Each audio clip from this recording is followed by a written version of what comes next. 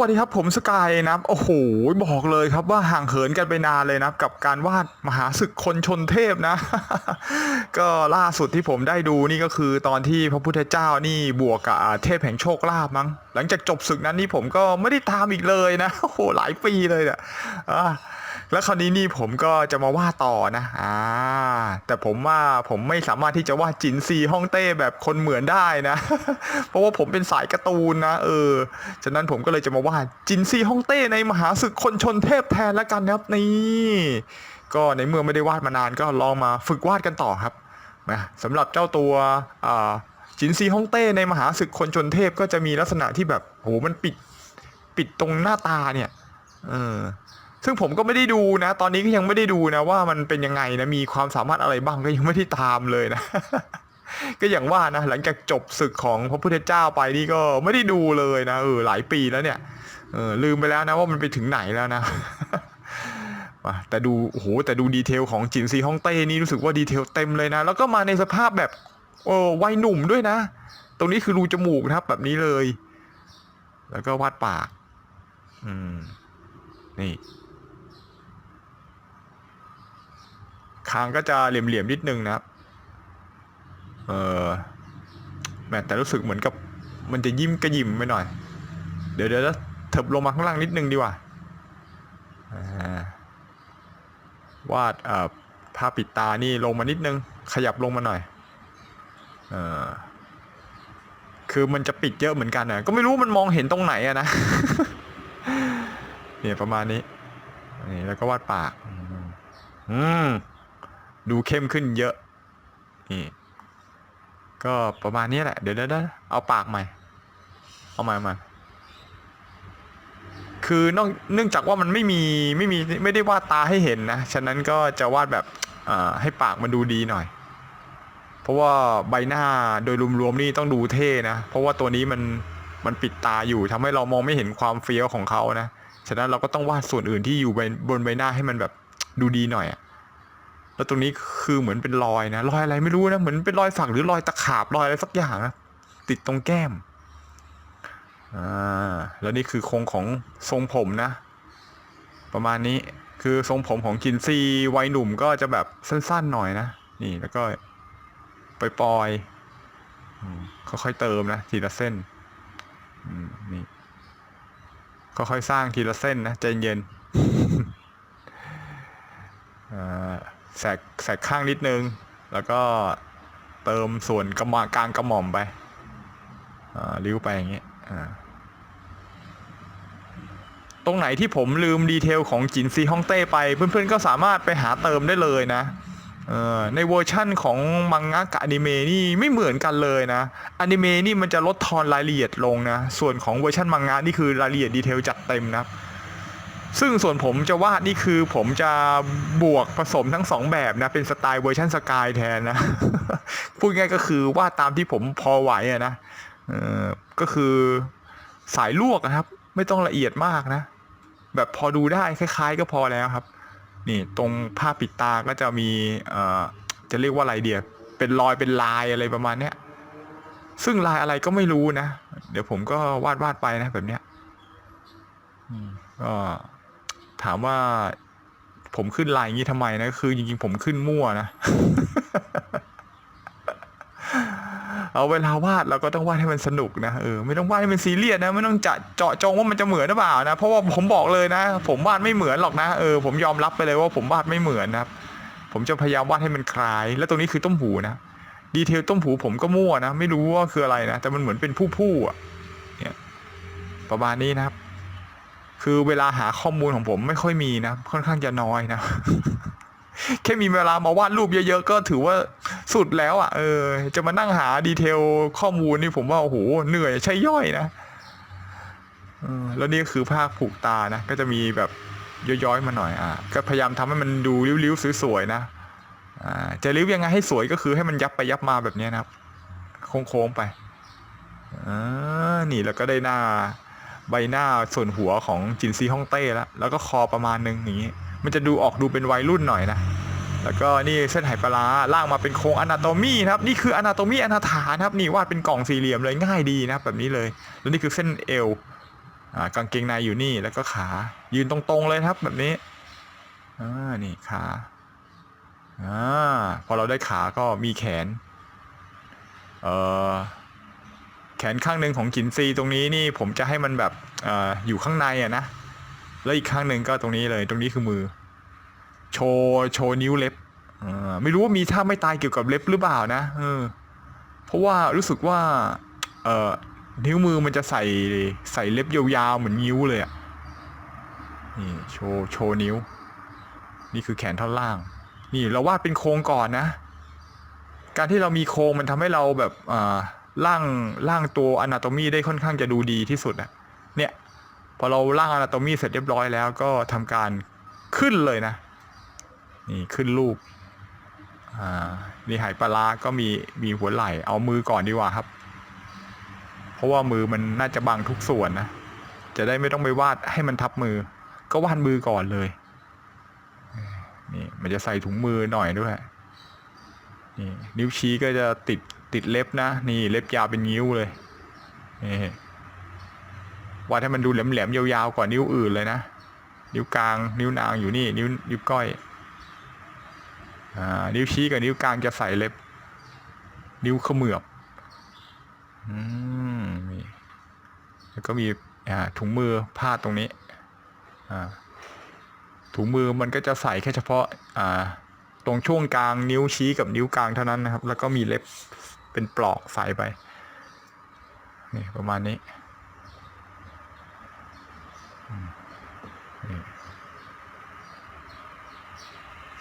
โอเคนี่คือผมจริงๆมันเป็นตัวผมเองเป็นสายวาดลูกโลกแบบชอบวาดแบบสะสมนะคือถ้าช่วงเวลาหนึ่งผมบ้าเรื่องอะไรนี่ผมก็จะวาดแบบเรื่องนั้นติดกันเลยนะ คือผมไม่ได้วาดเฉพาะตัวเอกนะผมจะวาดแทบจะเกือบทุกตัวนะคือเหมือนกับต้องเหมือนมีโมเดลมีมาแล้วก็อยากให้มีมาหลายๆตัวมายืนมันจะได้อลังการนะอย่างมหาศึกคนชนเทพนี่ผมก็วาดไปเยอะพอตัวเหมือนกันเลยนะ เพิ่งจะมาหยุดไอ้ช่วงท้ายๆเนี่ยนี่อันนี้ก็คือจะมาลองวาดต่อนะแบบนี้เลยช่วงตรงกลางอกก็จะมีแบบเป็นเครื่องประดับนะโค้งๆอย่างนี้มั้งเนี่ยโค้งๆไปดีเทลผมก็แค่เอาแบบคร่าวๆนะเท่าที่แบบแกะออกมาได้นะเวลาวาดรูปแบบที่จะวาดอิงตามแบบนี่ผมก็พยายามแกะออกมานะบางทีก็มองไม่ชัดนะภาพเล็กนะแต่ก็ลองวาดไปก่อนนะถ้ามีโอกาสได้วาดครั้งที่2ครั้งที่3มันต้องดูดีกว่าครั้งแรกเสมอแน่นอนครับเพราะว่าครั้งแรกนี่คือวาดแบบแทบจะไม่รู้อะไรเลยคือ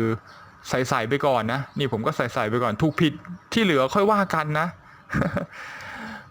เพราะว่าเราไม่จำเป็นจะต้องถูกเสมอนะเราไม่มีวันวาดได้ถูกเสมอนะจนกว่าเราจะวาดซ้ำแล้วซ้ำอีกซ้ำแล้วซ้ำอีกนะแล้วมันถึงจะเหมือนครับอันนี้คือแบบเหมือนกับวาดลองเชิงไปเอาแค่ให้มันดูได้คล้ายที่สุดก็ถือว่าเจ๋งแล้วครับนี่กล้ามไหล่ก็ใหญ่ๆหน่อยนะถึงจะเป็นตัวดูเหมือนเป็นวัยรุ่นนะนี่กล้ามประมาณนี้ตัวนี้คือแขนท่อนล่างมันก็จะมีแบบเขาเรียกว่าอะไรเดียเป็นชุดแบบฮ่องเต้นะยาวๆตรงแขนเนี่ยว่าอย่างนี้เลยครับลายแล้วก็หนีบตรงนี้แล้วก็ยาวลงมา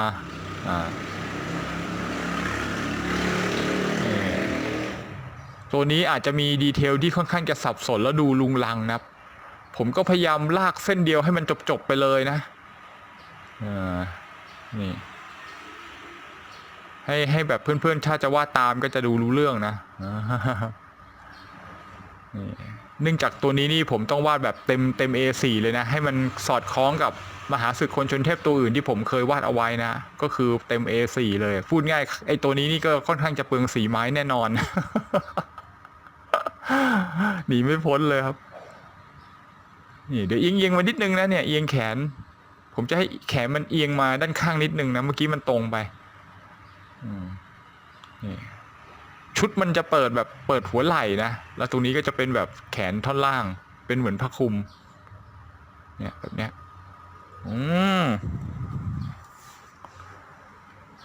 โอเคละ ก็ผมก็พยายามจัดทรงให้มันดูเบี้ยวน้อยที่สุดนะครับไม่ใช่ว่าไม่เบี้ยวเลยนะคือมันเบี้ยวแหละแต่ก็พยายามให้มันน้อยที่สุดอันนี้ก็เป็นลายมันโอเคนะฮะค่อยๆไปตามทีละสัดส่วนเฟิร์บอันนี้ก็จะเป็นแขนอีกข้างหนึ่งที่มีลักษณะเหมือนกันนะครับนี่มันจะเป็นเสื้อคลุมเปิดเฉพาะไหล่นะครับตรงนี้นี่ไหล่แล้วก็แขนฟูวาดผิดวาดถูกก็ไม่รู้นะวาดไปก่อน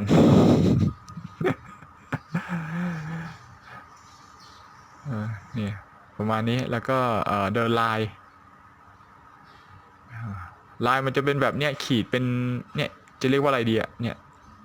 ตรงนอนตรงเฉียง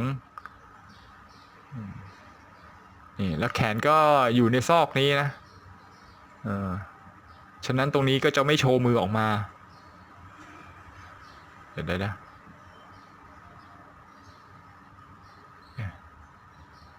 ให้มันอยู่ประมาณนี้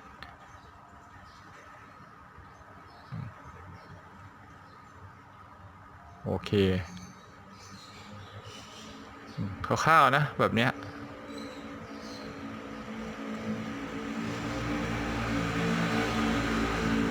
แล้วตรงนี้ก็เป็นช่วงซิกแพคนะกล้ามท้องนี่กล้ามท้องจินซีก็มีลักษณะประมาณนี้โอ้อย่างปึกคือผมมองไม่ออกเลยนะว่าจินซีจะบู๊ยังไงนะ ถ้าอยากรู้ต้องไปหาดูในมหาศึกคนชนเทพนะปกติภาพลักษณ์ของจินซีฮ่องเต้ก็จะเป็นแบบผู้นำเผด็จการมหาอำนาจนะแล้วก็แก่ๆหน่อยอะไรนะแบบใช้หัวอะไรเงี้ยพออยู่ในมหาศึกคนชนเทพนี่นึกไม่ออกเลยว่าจะมีท่าไม่ตายหรือมีพลังขนาดไหนนะนี่แต่ว่าดีไซน์ออกมาโคตรเท่นะผมต้องยอมรับเลยนะว่าคนเขียนเรื่องนี้เนี่ยออกแบบตัวละครในประวัติศาสตร์เท่ทุกตัวเลยว่ะนี่ผมก็เผลอวาดคาแรคเตอร์จากเรื่องนี้ไปเยอะพอตัวเลยนะไอ้ตรงนี้ก็จะเป็นชุดเกาะตรงกระโปรงนะมันจะมีผ้าตรงนี้โพกแล้วก็เป็นเกาะปิดตรงสะโพกนะปิดตรงเป้านะก็จะมีลายเกล็ดมังกรนี่อันนี้เกล็ดมังกรนะพยายามโค้งให้สวยๆนะอันนี้ผมโค้งลวกนะ คือผมไม่สามารถที่จะวาดให้มันเนียบๆได้ไม่มีเวลามานี่นะมาจีรนัยนะคือผมขี้เกียจจีรนัยว่างั้นผมชอบที่จะวาดเป็นปริมาณนะคุณภาพไม่ค่อยจะเท่าไหร่คือผมเอาจะสนุกอย่างเดียวครับจะได้ไม่เครียดนะพอมันไม่เครียดแล้วมันจะวาดได้เยอะโดยที่ไฟไม่มีวันมอดนะคือผมสามารถวาดได้เรื่อยๆผมชอบที่ผมจะวาดได้เรื่อยๆมากกว่าวาดแล้วก็เลิกอะไรอย่างเงี้ยผมชอบวาดแบบทีไม่รู้ว่าทุกคนเป็นเหมือนผมหรือเปล่านะผมไม่ค่อยจะหมดไฟเรื่องที่วาดรูปนะเพราะว่าผมไม่ได้ซีเรียสในการวาดเลยแม้แต่นิดเดียวนะผมไม่มีความรู้สึกว่าทำไมต้องวาดหรืออะไรเงี้ยผมไม่มีเลยนะคือผมแบบอยากวาดผมก็วาดเลยนะแล้วผมก็ไม่เน้นที่จะวาดให้มันสวยด้วยครับผมเน้นแค่ว่าวาดแล้วให้มันดูแบบถูกใจผมแล้วก็หน้าตาดูดีไม่หล่อเกินไปอะไรอย่างเงี้ยแต่ถ้าเป็นเซ็กซี่ก็จะวาดเยอะหน่อยอะไรเงี้ยแต่ไม่สามารถวาดออกให้เพื่อนๆดูได้นะ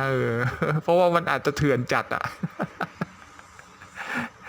แต่ที่ออกช่องเนี่ยก็ตามสเต็ปนี่เลยนะแล้วผมก็เป็นคนที่ชอบวาดแบบเนี่ยหลากหลายนะเพราะว่าเพราะการวาดหลากหลายนี่มันทำให้ไม่เบื่อนะเพื่อนๆจะวาดตัวเอกตัวเดิมๆมันก็จะซ้ำซากนะอย่างผมนี่วาดหุ่นยนต์มั่งสัตว์ประหลาดมั่งวาดสลับสัตว์ไปสัตว์มานะ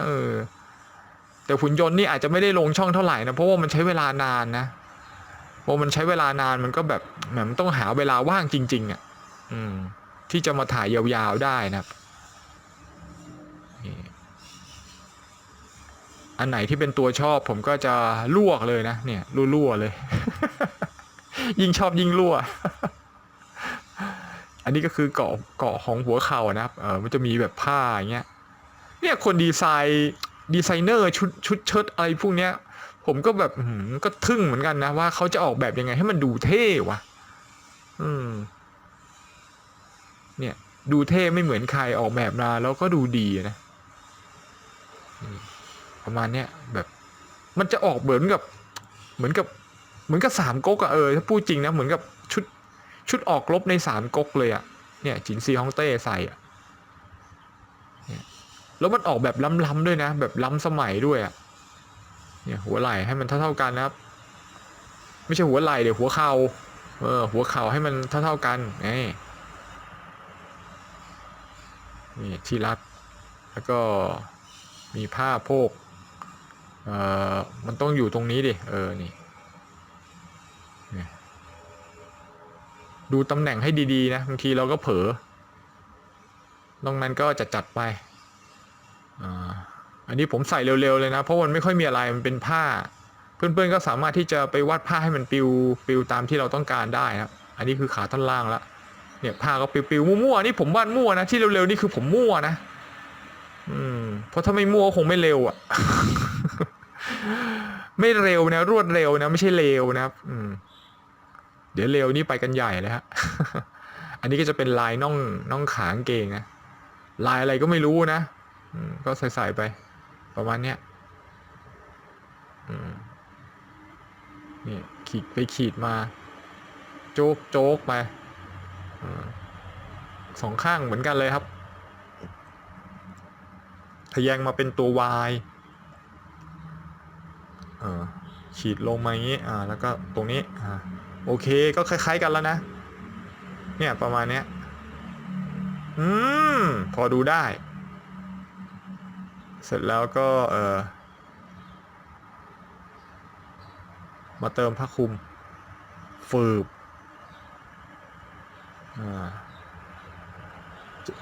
นี่ผ้าคลุมมันจะยาวๆหน่อยนะจะเปลืองสีก็ไอตรงผ้าคลุมเนี่ยเหรอวะนี่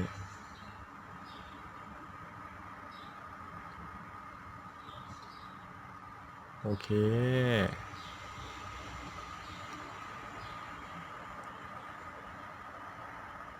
นี่สองข้างเลยนะครับนี่มันจะยาวๆก็ยาวประมาณนึงอะนะนี่แล้วก็เติมลายก็จะเป็นลายขีดอย่างเงี้ยถ้าเพื่อนๆอยากจะให้ผมวาดตัวไหนนะจากเรื่องอะไรนะสามารถสมัครสมาชิกได้นะแบบสมทบทุนสีไม้เลยก็ยิ่งดีนะหรือจะเลี้ยงค่ากระดาษผมก็ได้นะนี่ผมก็จะมาวาดลงคลิปให้เร็วที่สุดนะตรงนี้ก็จะเป็นลวดลายตรงขานะเนี่ยมันจะม้วนๆอย่างเงี้ยเพื่อนๆก็จะไปม้วนให้มันดีๆหน่อยนะ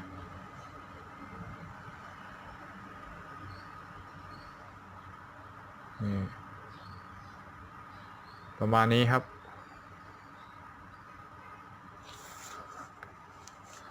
ฟืบมันจะไล่เหมือนกับเป็นขดวงก้นหอยเลยอะเหมือนยากันยุงครับหมุนไปหมุนให้สวยๆนะแล้วก็มีเส้นตัดกันเหมือนกับเพื่อเชือกผูกรองเท้าอ่ะเป็นกากบาทนี่ผมก็ตัดเลยนะขี้เกียจเล็ง โอเคเนี่ยแค่นี้เราก็ได้ดีเทลแบบสุดๆละนี่ล่างโครงมาก่อนนะจะได้ไม่หลุดกรอบจากนั้นก็เป็นสี่เหลี่ยมมาแล้วลากไปนี่คือมั่วเลยนะ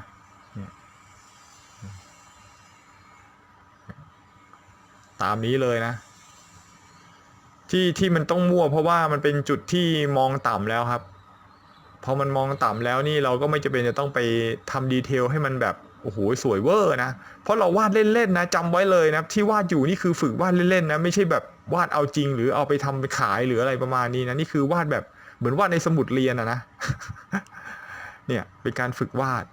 เพื่อใครเครียดด้วยนะไม่ใช่ฝึกวาดยิ่งเครียดนะครับนี่ฝึกวาดใครเครียดนี่ก็เลยรัวๆอย่างนี้เลยครับนี่เป็นไงครับออกมาดูหล่อใช้ได้เลยนะมาครับไม่ทันไรนี่ผมก็ลืมไปแล้วนะ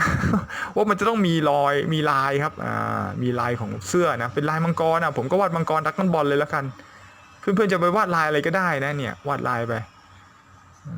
เป็นลายชุดมีหนวดมีปากถ้าตรงไหนผมลืมอีกแล้วเนี่ยผมก็ ผมก็จะไปเติมนอกรอบเลยนะเพื่อนๆก็สามารถไปหาดูตามแบบแล้วก็ลองวาดดูได้เลยนะนี่ผมก็วาดลายมั่วนี่เป็นก้อนเมฆอะให้มันคิดว่าเป็นก้อนเมฆนะไม่ใช่ควันนะก้อนเมฆหรือควันก็ได้วะ แล้วแต่จะจินตนาการนะนี่สองข้างนะตรงนี้อันนี้เป็นวาดเป็นกรงเล็บมังกรนะนี่กรงเล็บมังกรนะไม่ใช่ขาหมานะไม่ใช่ตีนหมาตีนนกนะนี่คือกรงเล็บมังกร แล้วก็ก้อนเมฆหรือจะเป็นควันแต่ไม่ใช่ต้นไม้นะเพราะว่ามังกรกำลังบินอยู่โอเคแค่นี้ก็แหลมแล้วจินซีฮ่องเต้ชนเทพเดือดโลกแตกด้วยบลัชรองพื้นช้ำผิวก่อนเลยใช้ครีมเบสขัดผิวให้เนียนกันสิวภูมิแพ้ผู้พองเป็นหนองเฉดเงาต้องไปเลือกออเรนจ์เบอร์ 46 เพื่อเปลี่ยนประเทศขัดเกาสีเทาลดความงมงายกับของเก่าตบความบราวเพิ่มความเข้มของลูกผู้ชายตัวจริงระบายพิงค์ไม่ต้องกลัวเทพหน้าไหนห้ามปรามกลัวแค่สีจะหมดก็พอและเลงเยลโล่ถูไถแบบมีสติอย่าหลงเชื่อข่าวเฟกว่าช่องนี้ประหยัดสีใช้โกเป็นเฉดเงาเอาให้มันเนียบระบายคามีนไม่ต้องกลัวเมื่อยเพราะที่เห็นแขนก็ล้าเต็มที่แล้วคูณ 2เอาให้จบในรุ่นนี้เบรนอีกชั้นให้ไฟลุกด้วยฮอตพิงค์คนเก่งจริงต้องสังเกตที่สีให้ได้ว่าสีนี้คือไลโอเคอร์ไม่ใช่สีเหลืองเยลโล่นะส่วนผมเนี่ยสีนี้คือสีไข่ไก่ว่ะกางเกงนี้ต้องใช้บูเกเลใช้แล้วไม่มีทุนเทาแน่นอนกำแพงเมืองจีนยิ่งใหญ่เหมือนสีแวนไดบาวที่ระบายแบบประหยัดได้อย่างหือฉันใดก็ฉันตรงนั้นถมคอปบูลงไปมันจะสีมืดคล้ายสีดำได้จะได้ประหยัดสีดำของช่องได้เป็นอย่างดีโอ้โหยังจะไม่เปลี่ยนแปลง